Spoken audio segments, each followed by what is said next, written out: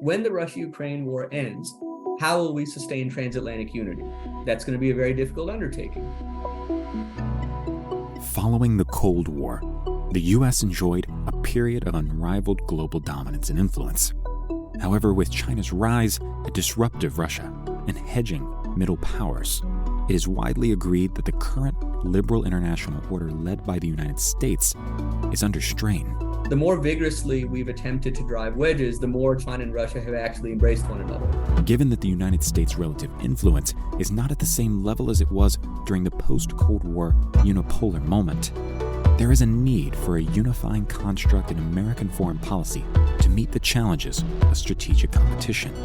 You have many tools in your foreign policy toolkit, and diplomacy is one of them. It's one tool of a very large foreign policy toolkit, and I think we should continue availing ourselves of. So, what are the implications of the strategic competition between the United States, China, and Russia to its foreign policy?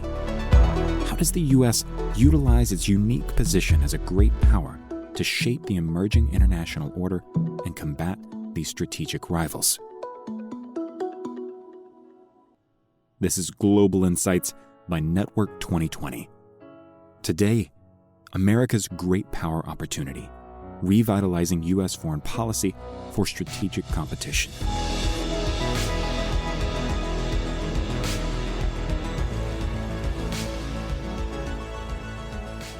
Today, we are joined by Ali Wayne, a senior analyst with Eurasia Group's Global Macro Geopolitics practice.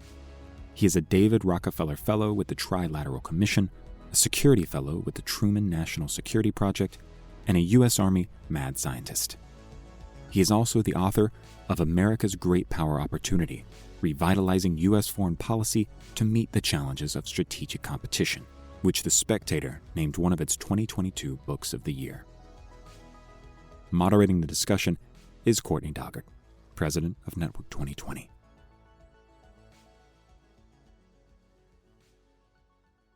Ali, welcome. It's great to have you back to Network 2020. I'd like to start with your 2022 book, Great Power Opportunity, America's Great Power Opportunity, and just ask you what led you to write the book, and where did that idea come from? Sure. Well, Courtney, thank you so much for having me. It's great to be back with you and your colleagues in Network 2020, and thanks for spending some time with me this evening. So the genesis for the book came probably around, I'd say late 2018 or so, maybe mid 2018 or late 2018, early 2019. So just by way of context, I was working at the RAND Corporation at the time. And so I think the RAND Corporation is probably best known for its work on just national security, foreign policy. RAND does a lot of work with the Department of Defense, and I know I think Francisco, you mentioned you're an analyst at the Department of Defense, so we do a lot of work at RAND with the Department of Defense. And in late 2017, the Trump administration published its national security strategy. The next month, in January 2018, it published its national defense strategy, and those two documents, they took this term great power competition, which prior to the publication of those documents had kind of, I wouldn't call it obscure, but it wasn't necessarily a mainstream concept. There were a number of international relations scholars discuss the concept, but it hadn't achieved escape velocity. With the publication of these two documents during the Trump administration, the 2017 NSS, the 2018 NDS, the term really just, it took off. And I was really impressed that in a highly partisan Washington, D.C., where I live and work, there's the sort of this running joke that Republicans and Democrats, they don't even agree on what day of the week it is, let alone sort of a high-level framework for U.S. foreign policy.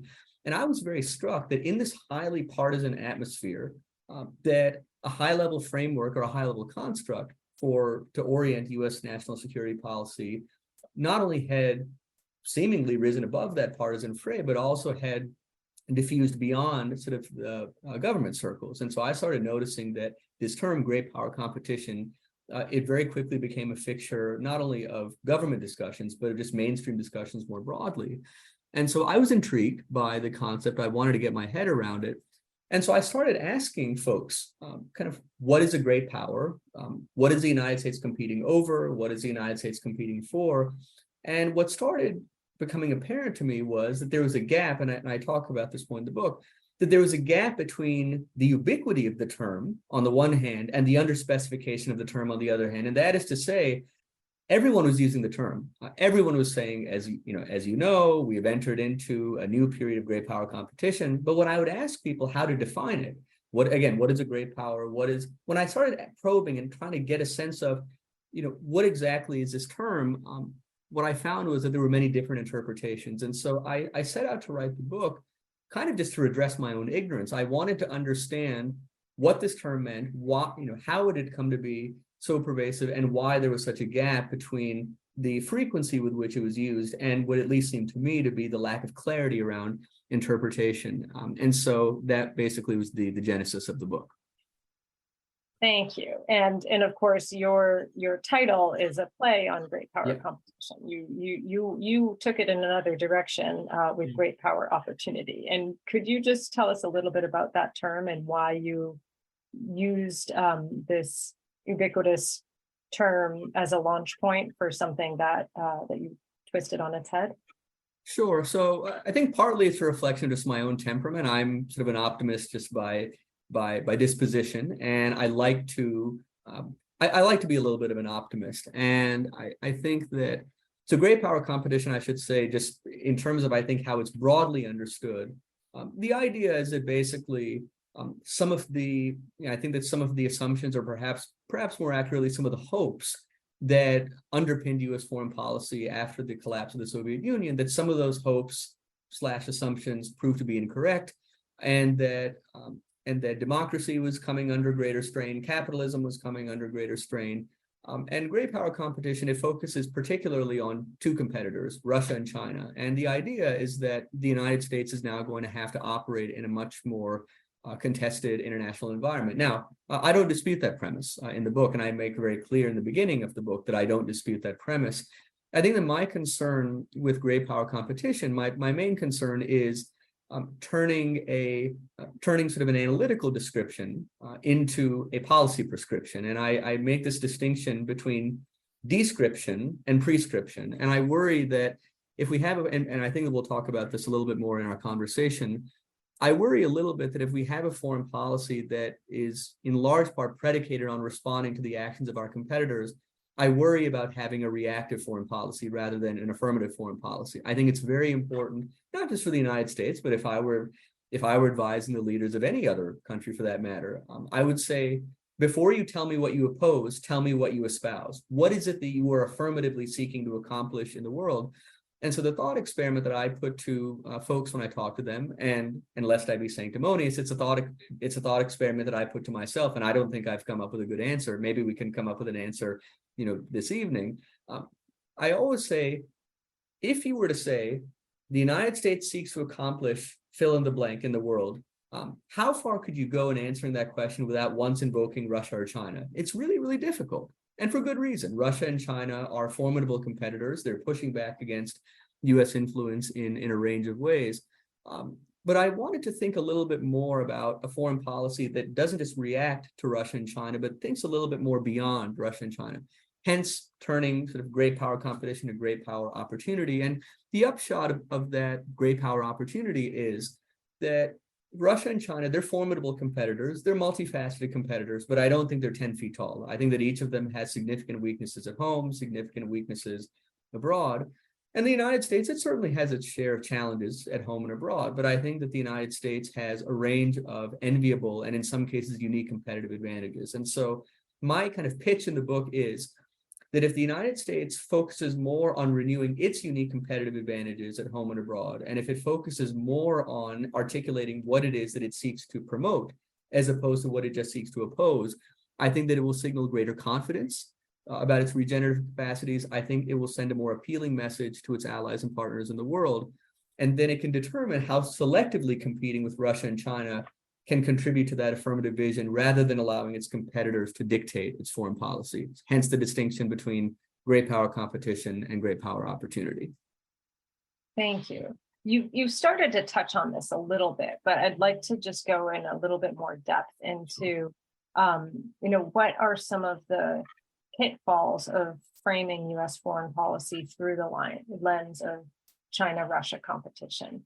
What is it that we miss if that's how we're looking at the world? Sure. And again, I just before diving into an answer to the question, I want to make clear that focusing on Russia and China it's critical. I mean, we see Russian aggression against Ukraine. We see China's so-called wolf warrior diplomacy that is pursued since the onset of the pandemic. These are very serious challenges, not only to the United States, but I would say to the West more broadly. And so focusing on Russia and China, it's eminently sensible. I think my only pitch is, can we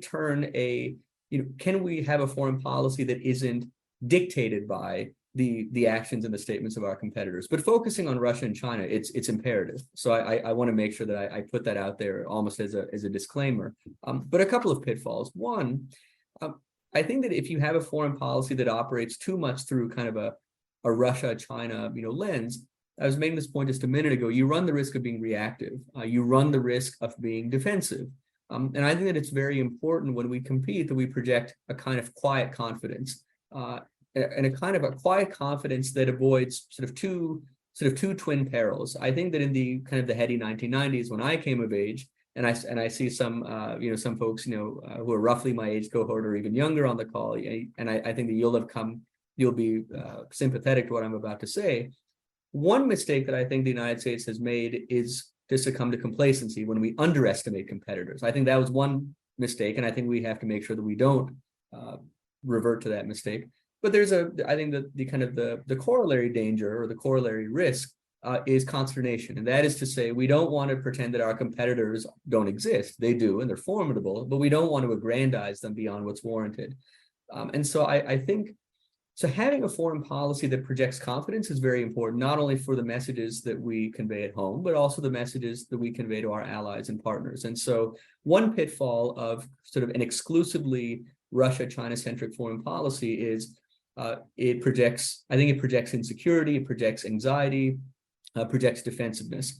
The other pitfall, of course, is that it ignores a very large number of countries. When we talk, and I think it's important to keep in mind, this construct that has gained so much traction, namely great power competition, it typically refers to just three countries. There's the United States, which is the world's foremost power. There's China, which I think many observers would say is perhaps approaching near-peer competitor status. And then there's Russia, although there's a lot of debate about whether Russia should be considered a great power.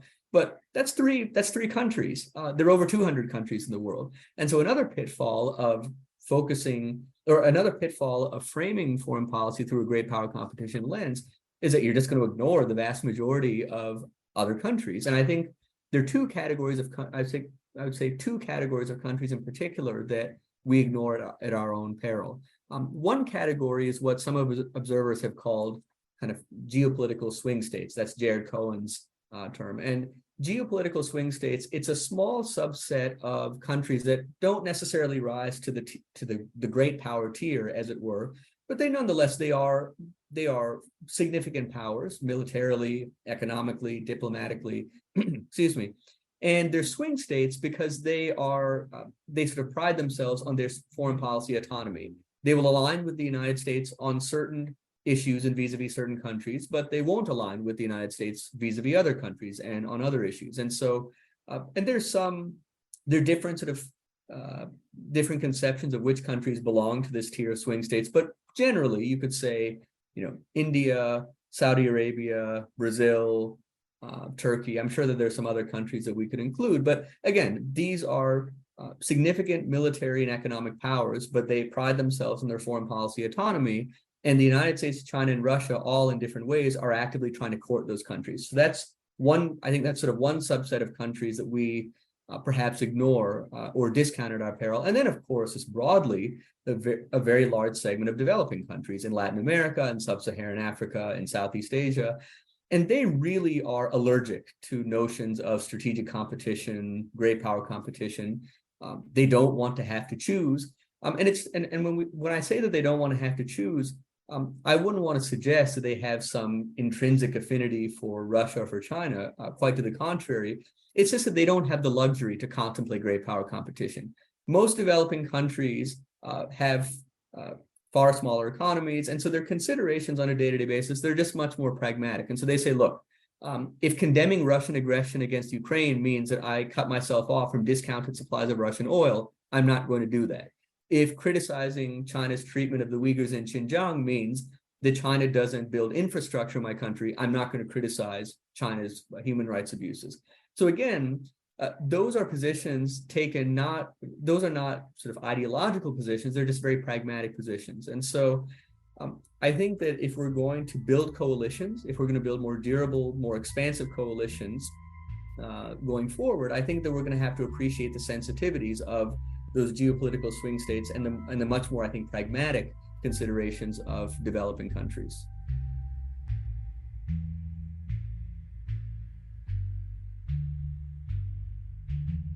We'll be right back.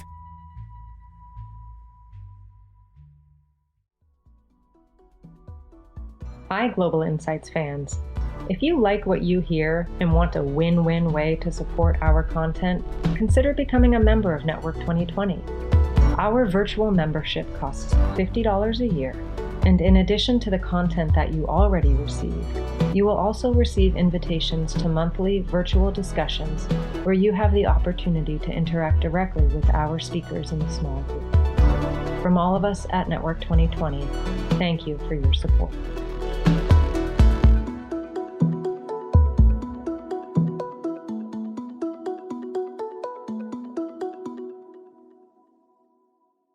Thanks. So you just started, I think, to touch on where I wanted to go. So, we've talked a lot about the competition. We talked a lot about the rest of the world outside of these three countries.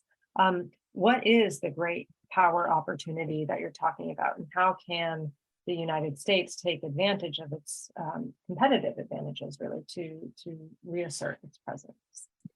Well, so I think that there are a number of ways in which it can do so, but I think there's kind of the cliche, but it's a cliche that I think is grounded in very powerful truths, that foreign policy begins at home. And that expression, actually, I'm sort of taking it from Richard Haass, the outgoing president of the Council on Foreign Relations, who wrote a book entitled Foreign Policy Begins at Home. And the reason I bring up him in his book is, Richard Haass, when you think of kind of, who are some of the doyens of kind of the foreign policy establishment in the United States, you typically will think of someone like Richard Haass. He's had a very distinguished career as a diplomat, and now as I think a 20-year head of the Council on Foreign Relations. And as he was stepping down from CFR, he gave a very interesting interview to the New York Times, and he said that a lot of people understandably think of me as kind of a foreign policy guy.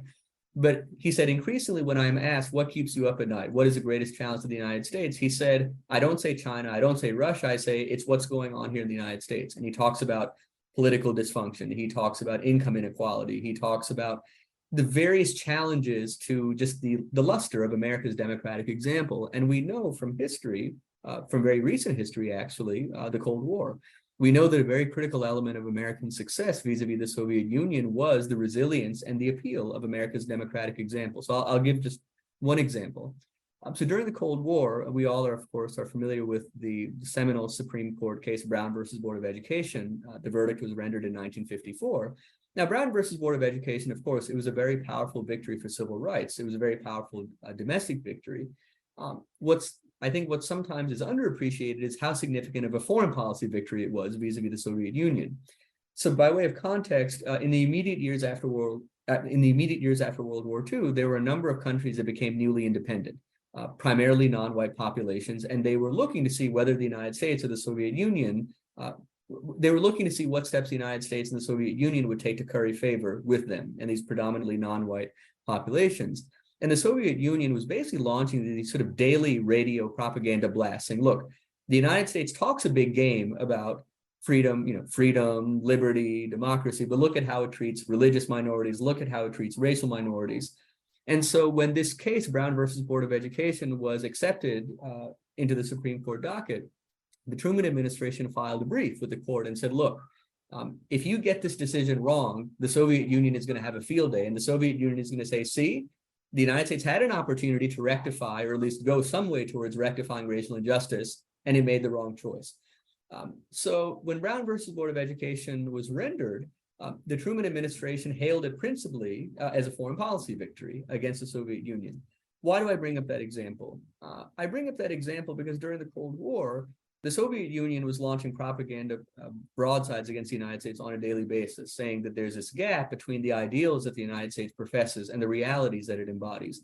And the United States didn't respond by censoring that criticism. It didn't respond by saying that there's no truth to what the Soviet Union is saying, the Soviet Union is saying. The United States responded by taking that criticism head on, and not just criticism from the Soviet Union, a lot of very powerful criticism of America's discrimination against racial minorities and religious minorities originated from within the United States. We have a very vigorous civil society.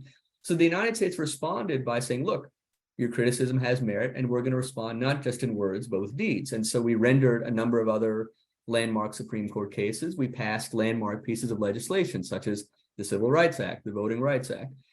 And so I think that I give that example because we're not going to be able to compete sustainably with China, with Russia, with anybody else if our domestic example is losing its luster. So I think we need to be thinking in a very comprehensive and in a very humble way as well.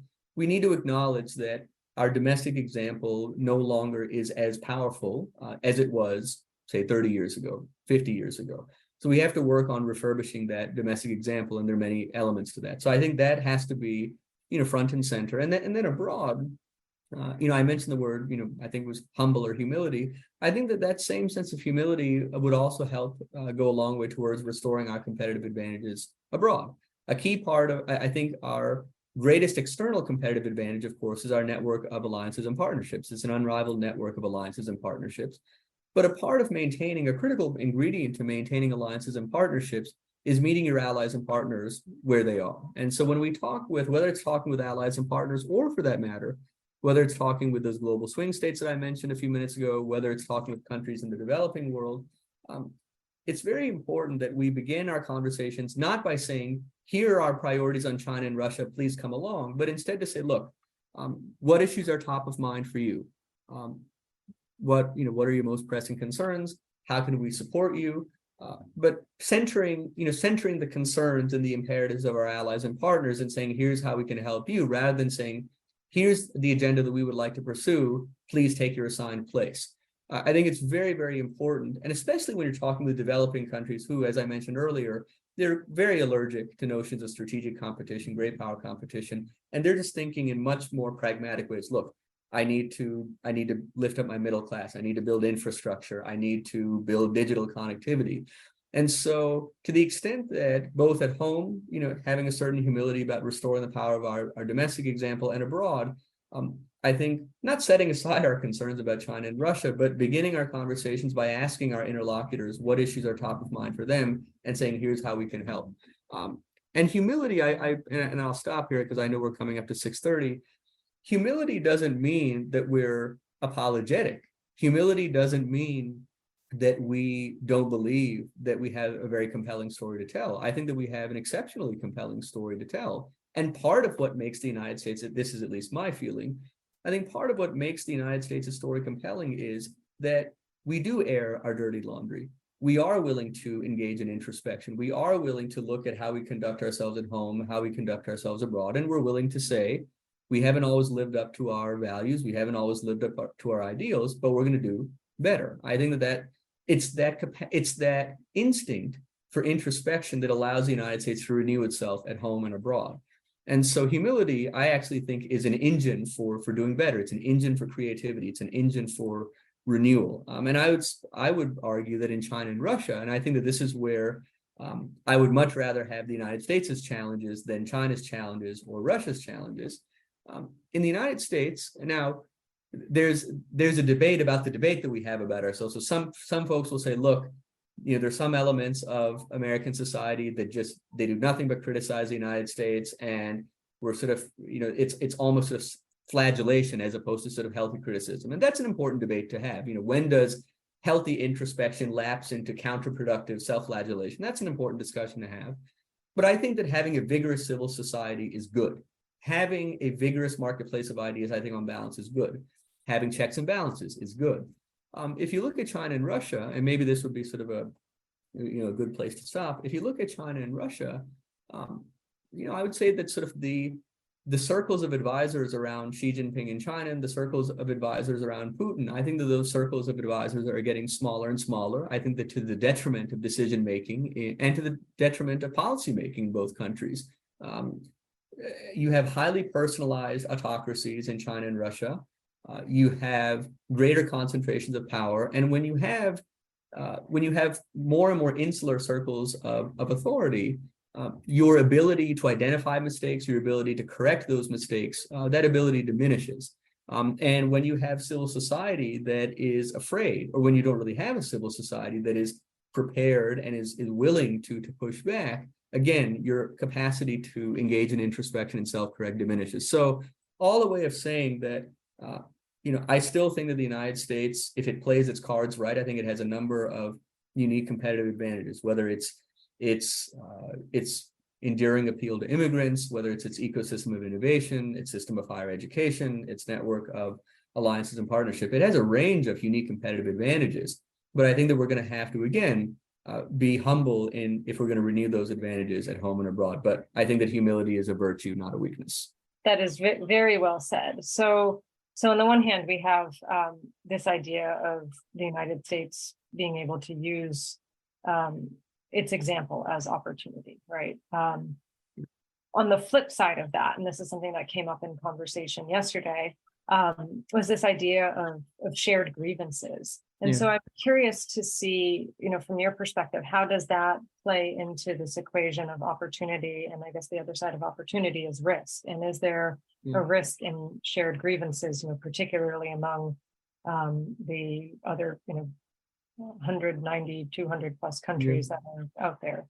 Yeah, absolutely. And I'll just focus, in the interest of time, I'll just focus on China and Russia. China and Russia, I think the sense of shared grievance, and whether you think that sense of shared grievance is right, wrong, that's perhaps for another conversation. But just objectively speaking, that sense of shared grievance is strong and getting stronger. Whether you look at a few weeks before Russia invaded Ukraine on February 4th. So on February 4th, China and Russia, they signed that big joint statement in which they said that their friendship was allegedly a no limits friendship. More recently, Xi Jinping made a state visit to Russia. Again, there was a very lengthy, statement that came out of that, sort of affirming sort of the growing depth of the partnership. And China and Russia, these are two countries that, and I should say it's not a natural partnership. China and Russia, they have a very checkered history. China and the Soviet Union nearly came to blows in 1969 during the Cold War. The Sino-Soviet split nearly caused Beijing and Moscow to go to war. So these are two countries that have a checkered history. They have historical reasons for mutual suspicion. And yet, I think, and these are two countries that have very different material capacities. They have very different foreign policy strategies. And yet, despite all of those obstacles to a natural partnership, that increasingly powerful sense of shared grievance whether it's against the centrality of the US dollar in global finance, whether it's against the America's network of alliances and partnerships, whether it's against democracy promotion, but that sense of shared grievance is extraordinarily strong. And I think that one of my principal concerns, going forward is if that shared grievance continues to propel the relationship, China and Russia individually, I think, are formidable challengers, but not overwhelming challengers. China and Russia, to the extent that they begin acting more in concert, that becomes more problematic. And so I am worried, and I think that this is actually sort of another risk of great power competition. The United States, on a bipartisan basis, ever since the end of the Cold War, has thought about how it might potentially drive a wedge between China and Russia. Can we peel China away from Russia? Can we peel Russia away from China? And the irony of those efforts is, the more vigorously we've attempted to drive wedges, the more China and Russia have actually embraced one another. And so there's an intrinsic tension between a framework that sort of lumps together China and Russia and a desire to drive wedges between the two countries. And so certainly, I think it's a very significant risk. It's a growing risk. And so I would say that, at least in the short term, I don't think that there's much that the United States can do to pry the two countries apart. I think that over the medium to long term, if there is going to be some diminution in the strength of that partnership, I think that it will arise not because the United States tries to pry them apart, but because either China or Russia has a change of heart. I think one not wholly implausible scenario is if China begins to, as time passes, if China begins to see Russia as something of a liability. So if Russia emerges from the war, its aggression against Ukraine, if Russia emerges substantially weakened, if China believes that its partnership with Russia is an intolerable drag on its relationships with the United States and with the European Union. So if China comes to conclude that a highly weakened, more erratic, more unpredictable Russia on balance is more of a strategic liability than an asset, maybe there's an opportunity for the United States quietly to begin peeling China away. But I think that that's more of a medium to long-term possibility. I think that in the short term, a growing Sino-Russian relationship is, I think, a likelihood that we will just have to contend with and manage. And the question is not how to pry them apart, but how to ensure that we aren't taking steps that accelerate the deepening of that entente. Okay, thank you. So, staying on the Russia-China piece, what would you like to see happen, particularly from Washington, to manage competitive frictions with China and Russia, while also remaining engaged and cooperative on some of the really critical transnational issues that we are facing? Yeah, if anyone were able to come up with a good answer to the question that you just posed, I think that person would be able to retire tomorrow. I mean, this is one of the most vexing questions right now for policymakers. And it's not even an ideological question, whether you're Republican, Democrat, independent, whatever your ideological leanings. This is a very vexing question. It used to be the case that there was I would say, if we had been having this conversation 10 years ago, 20 years ago, there was more of I think when China and Russia just weren't as competitive vis-a-vis the United States as they are now, there was more of an ability to compartmentalize sort of the management of great power frictions and the management of transnational challenges. The problem is now that the ability to compartmentalize has virtually disappeared.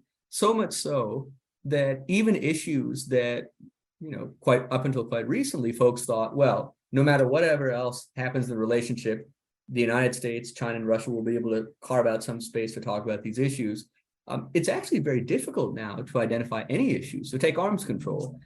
It used to be the case that with Russia, we said, well, no matter what else happens in the relationship, we can still talk arms control. Arms control talks between the United States and Russia are dead.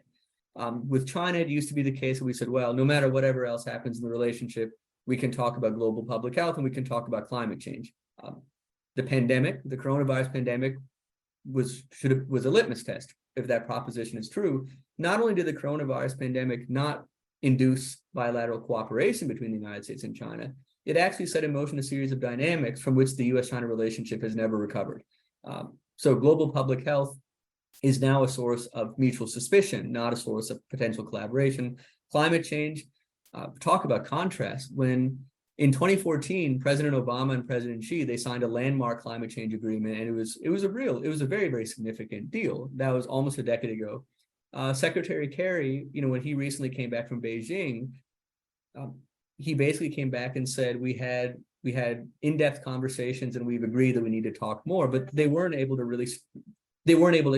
a breakthrough. And so even on climate change, which I think a lot of observers, myself included, hoped maybe climate change would be the one issue that we could de-link from other issues. It too has fallen victim to linkage. So all a way of saying, I don't really see how we, at least in the short term, I don't see how we get out of this very sort of vicious spiral in which great power frictions make it harder to cooperate on transnational challenges. The growing inability to manage those transnational challenges elicits recriminations between the United States, China, and Russia, each of whom is pointing fingers at the other.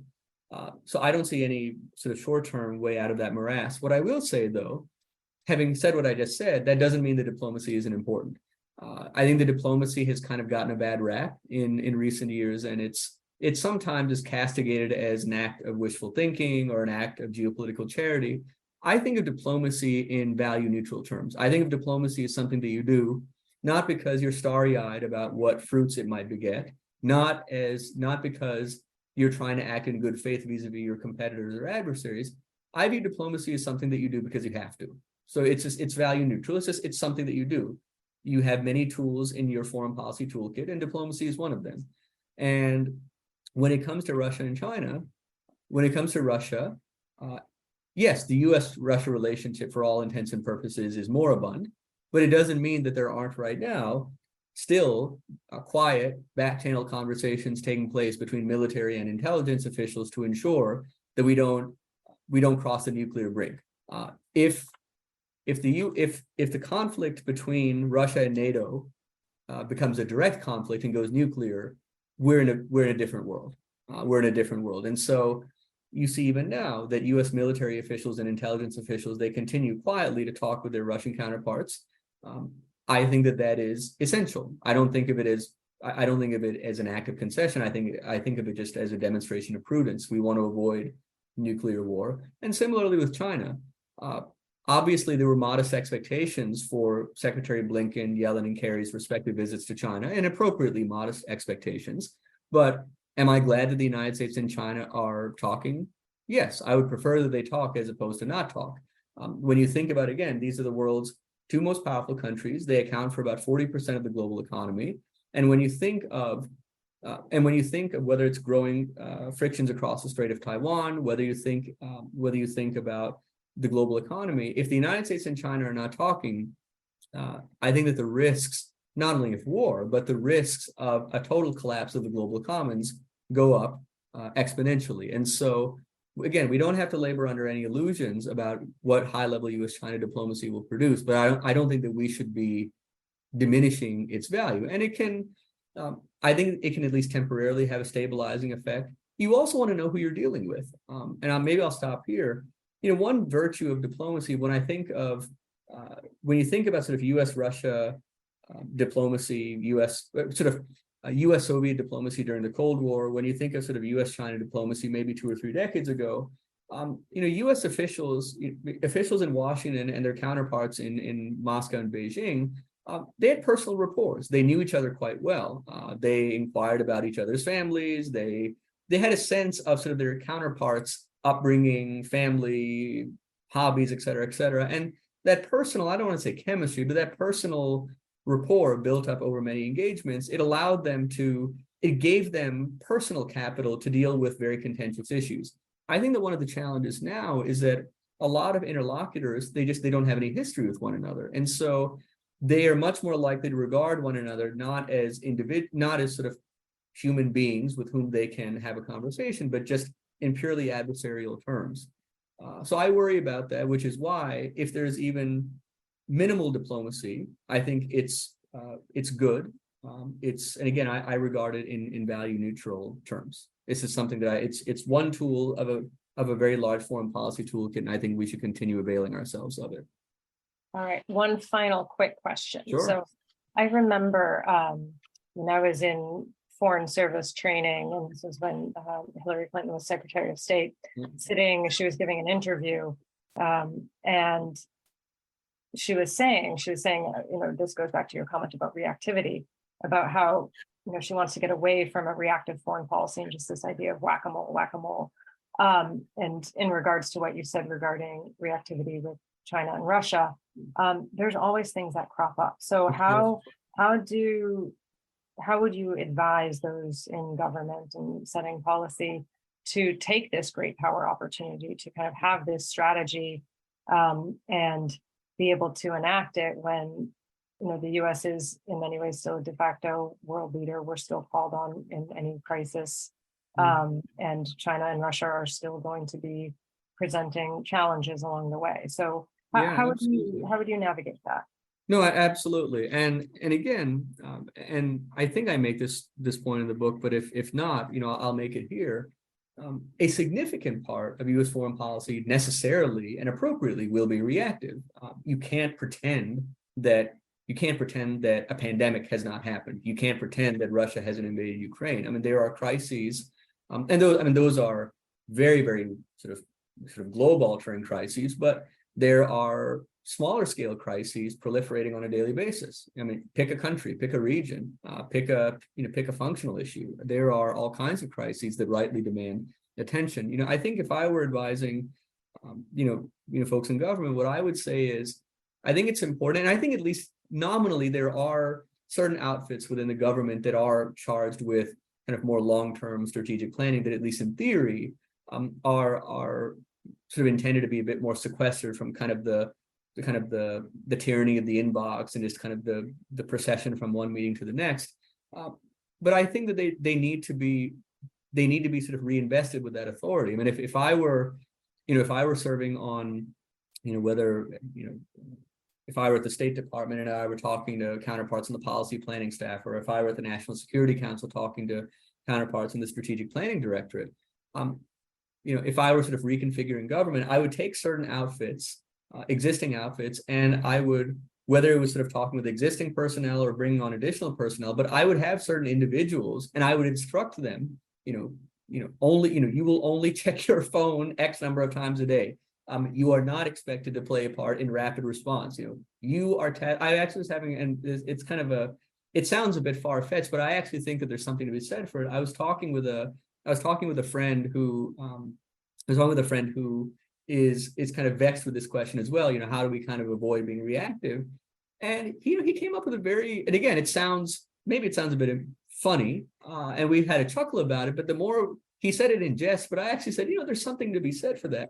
He said, Ali, we should have individuals from the State Department, from the National Security Council, from the Defense Department, who take up their posts, not physically at State or at NSC or DOD, but in the Library of Congress. And I said, tell me more. I said, well, what do you mean? He said, I would like to have a certain cadre of individuals, really, really talented, big picture, long-term individuals who take up residence and have offices in the Library of Congress, and set them up in quiet offices where they can actually sit down, think, and they don't have devices.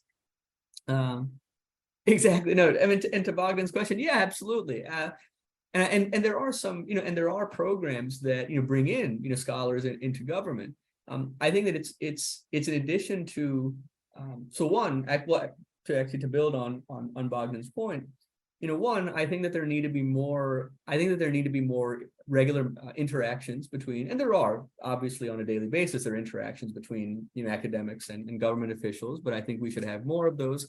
But I also think that we do need to have. We need to empower certain individuals within the government to say, look, what I would like to see is look, when there's a crisis, we have staff, we have dedicated personnel who are kind of sort of our first line responders, as it were. I don't want you to be, getting caught up in that. Your remit is to think about tectonic shifts in the international system. Your remit is to think about. So I would like to see, and there are individuals who are doing this kind of thinking, but I would like to see individuals who are thinking about, okay, when the Russia-Ukraine war ends, and one day it will end, we don't know how it will end, but all wars end. I would like some individuals charged with thinking, okay, when the Russia-Ukraine war ends, how will we sustain transatlantic unity? That's going to be a very difficult undertaking. What would a durable modus vivendi between the United States and China look like? So yes, there's a lot of planning right now, and I hope that there's going to be a meeting between President Biden and President Xi. But looking, 10 years down the pipe, 20 years down the pipe, what would a durable modus vivendi look like between the United States and China? What would it look like? I would like individuals thinking about, okay, how do we bring on board to our side these geopolitical swing states? How do we develop a more compelling narrative and a corresponding set of policies for countries in the developing world? And those are not necessarily questions that lend themselves to quick turnaround responses. They require very, very serious thinking. You have to have a certain degree of insulation. But when I talk to friends of mine who work in government now, even those who are charged with doing this kind of thinking, they're constantly getting pulled in to meetings, they're constantly getting called into sort of crisis management. So it's very hard for them to think in that long-term strategic way. This was actually the purpose of the policy planning staff. If you read Dean Acheson's memoir, Dean Acheson, he stood up the policy planning staff, and when in his memoirs, President of the Creation basically referring to the destruction of the pre-World War II order and the opportunity to create a new order. So the United States was present at the creation of this new order. Dean Acheson said, he set up the policy planning staff with the express remit of looking beyond day-to-day crises and thinking about what does a new world order look like. I think that now it's very difficult to do that kind of thinking, but all a way of saying that it's hard to do. I will just make one last plug and then I'll stop. And this may be wishful thinking as well, but hope springs eternal. I was reading an article the other day, and it was talking about when George Shultz was Secretary of State, and he famously coined what came to be known as a Schultz hour. I don't think he came up with the term, but some of his colleagues did. They came up with coined the term of a Schultz hour. So George Shultz, when he was Secretary of State, and he was a big picture strategic thinker, and he carved out an hour every week in which he basically went into his office, he closed the door, and it was sort of his hour once a week in which he wanted to basically say, okay, what are those big tectonic shifts taking place in the world? What is sort of America's kind of long-term, grand strategy? He wanted to grapple with those big questions, and that hour was sacred to him. And so he said to his staff, during this hour, I will only accept phone calls or knocks on the door from two people, the president and my wife. So if you're not the president and if you're not my wife, I don't want you knocking on my door and I don't want you calling me. This is my hour. Now, of course, this is before cell phones, this is before the internet. So now, with this proliferation of devices and the intrusion of the digital age, maybe the notion of a Schultz hour is antiquated. But if there's a way that we could bring it back, I would be all in favor. Why don't I stop there?